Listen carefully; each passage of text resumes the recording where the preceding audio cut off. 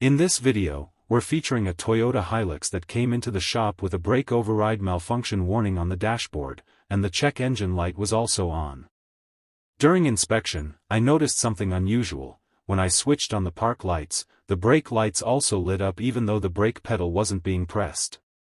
After checking further, I found the problem. The right rear dual filament bulb, which is responsible for both the brake light and park light, was faulty. The internal filament likely shorted or fused, causing backfeed of voltage into the brake circuit. I replaced the defective bulb with a new one, and just like that, the check engine light turned off, and the brake override malfunction warning disappeared. So, why does the brake override malfunction appear on a Toyota Hilux? Here are some of the most common causes.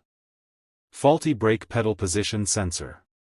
Sends incorrect signals to the ECU, may confuse the brake override system. Faulty accelerator pedal position sensor, APPS. A failing sensor can send conflicting data, triggering safety warnings. Wiring issues or loose connectors.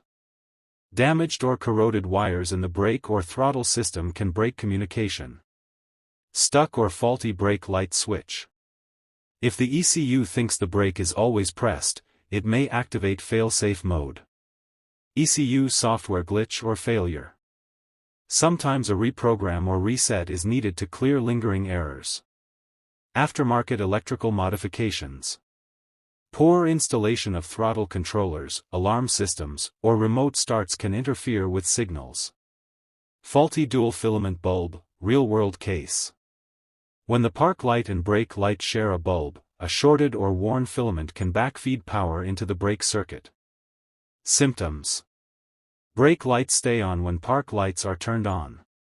Brake override malfunction appears. Check engine light stays on. Fix. Replace the defective bulb. This resolved the issue in one real case. Professional tip. Always check the tail light bulbs and circuits early in your diagnosis. It's a cheap fix that can solve what looks like a complex electronic fault.